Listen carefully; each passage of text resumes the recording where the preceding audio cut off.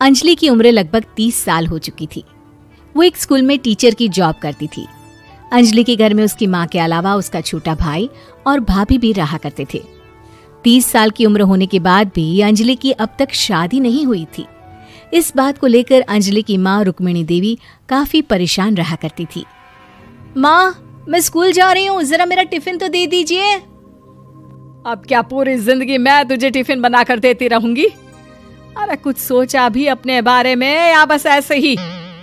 क्या माँ, सुबह सुबह फिर वही बातें लेकर बैठ गई। माँ गलत क्या कह रही है अंजलि दीदी? इतनी उम्र हो चुकी है आपकी, माँ कब तक आपकी सेवा करती रहेंगी? भाभी, मैंने माँ को कब कहा कि मेरी सेवा करो? वैसे भी अपना टिफिन मैं खुद तैयार कर लेती हूँ, बस टेबल से उठाकर देने को ही तो कहा था। वैसे अंजलि दीदी, देखा जाए तो टिफिन उठाकर देने की उम्र तो आपकी है। आपका अपना घर परिवार बच्चे होते तो ये जिम्मेदारी आज आप पूरी कर रही होती। एक बात मेरी समझ में नहीं आती, अगर मेरी शादी नहीं हुई तो इसमें मेरी क्या गलती है और तुम सब लोग मेरे पीछे क्यों पड़े रहते हो? अरे कुछ कहना क्या पीछे पड़े रहना होता है? अपने छोटे भाई को देख, तुझसे 3 साल छोटा है लेकिन 2 बच्चे खेल रहे हैं आंगन में। मुझे आप लोगों की कोई बात नहीं सुननी, जा रही हूँ मैं। और आप में से किसी को मेरा कोई काम करने की जरूरत नहीं है, मैं खुद संभाल लूंगी। इतना कहकर अंजलि वहां से चली जाती है। शाम को जब अंजलि अपने स्कूल से लौटकर घर वापस आती है तो उसने देखा कि पड़ोस वाली निर्मला चाची वहां पर बैठी हुई थी। क्या बात है अंजलि बिटिया, नौकरी करके वापस आ गई? जी चाची जी, कैसी हैं आप? मैं तो ठीक हूँ बेटा, तुम बताओ शादी के बारे में कुछ सोचा या नहीं? अरे रहने दीजिए ना, इससे तो शादी की बात करना ही बेकार है। कुछ भी कहो तो गुस्सा करती है, बात बात पर आंखें दिखाती है। माँ, आप ऐसा क्यों कह रही है? मैंने कब आप पर गुस्सा किया? अरे अंजलि बेटा, तुम्हारी माँ ठीक ही तो कहती है। 30 की होने आई हो, अब तुम्हें भी शादी वादी कर लेनी चाहिए। चाची जी, आप तो ऐसे कह रही हैं जैसे शादी करने से मैंने मना किया हो। रहने दीजिए निर्मला चाची, हमारी अंजलि दीदी को अभी तक उनकी पसंद का दूल्हा नहीं मिला ना, इसीलिए वो शादी नहीं कर रही। भाभी, ऐसी कोई बात नहीं है। अरे तो फिर क्या बात है? तुम्हारी माँ ने तुम्हारे लिए इतने रिश्ते ढूंढे लेकिन तुम्हें कोई पसंद ही नहीं आता। क्या है ना चाची जी, हमारी ननद रानी नौकरी जो करती है ऐसे ही थोड़ी ना किसी को पसंद कर लेंगी। अरे भाई, नौकरी का घमंड है तो बात अलग है, कोई और बात हो तो बताओ, कोई रास्ता निकाला जाए। नहीं चाची जी, कोई बात नहीं है, बस मुझे अभी तक अपनी पसंद का कोई मिला नहीं है। सुन लिया आपने, इस लड़की के तो पर निकल आए हैं और इतनी उम्र में अपनी पसंद का कोई मिलेगा भी नहीं इसे। माँ, आप मेरी शादी को लेकर हमेशा मुझे ताने क्यों मारती रहती हैं? अपनी माँ की बातें तो ताने लगती है। ताने हैं? बताओ, मैंने कुछ गलत कहा क्या? देखो, ये सब छोड़ो, मेरी दूर की बुआ का बेटा है, उसकी अभी शादी नहीं हुई है, उम्र होगी कोई 34-35 साल। आप कहें तो बात आगे बढ़ाऊं? अरे हाँ, क्यों नहीं, ये भी कोई पूछने की बात है। अरे जल्दी से लड़के को यहाँ बुला लो।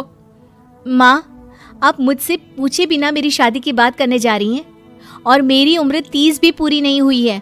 निर्मला चाची कह रही है कि वो लड़का 35 साल का है। अंजलि दीदी, आपको क्या लगता है इस उम्र में कोई फिल्म का हीरो आएगा आपके लिए? देखिए, अब पसंद और नापसंद की बात तो रहने दीजिए, पसंद करने की उम्र तो आपकी निकल चुकी। अब तो जो भी मिले उसी से शादी कर लीजिए, इसी में भलाई है। तेरी भाभी बिल्कुल ठीक कह रही है। अब जैसा रिश्ता मिले उसके लिए हाँ कर देना, ताकि हम भी गंगा नहाए।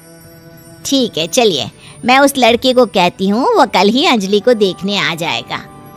अगले दिन निर्मला चाची के दूर का रिश्तेदार अंजलि को देखने उसके घर आता है। उसका नाम था अजय। अंजलि जी, तो आप नौकरी करती हैं, वो भी स्कूल में? जी हाँ, मैं स्कूल में टीचर हूँ। हमारी बेटी बहुत होशियार है। अरे पढ़ने लिखने में इतनी होशियार है, इसीलिए तो इसकी नौकरी लगी है स्कूल में। हाँ, ठीक है आंटी जी, जरा मुझे भी तो बात करने दीजिए आपकी बेटी से। जी पूछिए ना, क्या पूछना चाहते हैं? अंजलि मैडम, ये तो बताइए कि आपने अभी तक शादी क्यों नहीं की? बस ऐसे ही, कहीं कोई रिश्ता पसंद नहीं आया इसलिए। लेकिन क्या मैं आपसे पूछ सकती हूँ कि आपने शादी क्यों नहीं की? अंजलि, क्या कर रही हो तुम? लड़कियों को इस तरह की बातें नहीं शोभा देती। रहने दीजिए आंटी जी, आपकी बेटी काफ़ी पढ़ी लिखी है, मैं उनके सवाल का जवाब दे ही देता हूँ। वो क्या है ना, मुझे भी अभी तक अपनी पसंद की कोई लड़की नहीं मिली। अच्छा अच्छा, कोई बात नहीं। वैसे आपकी तनख्वाह कितनी है, कितना कमा लेती है महीने का? जी यही कोई 25,000 महीने। बस 25,000? इतने से क्या होता है?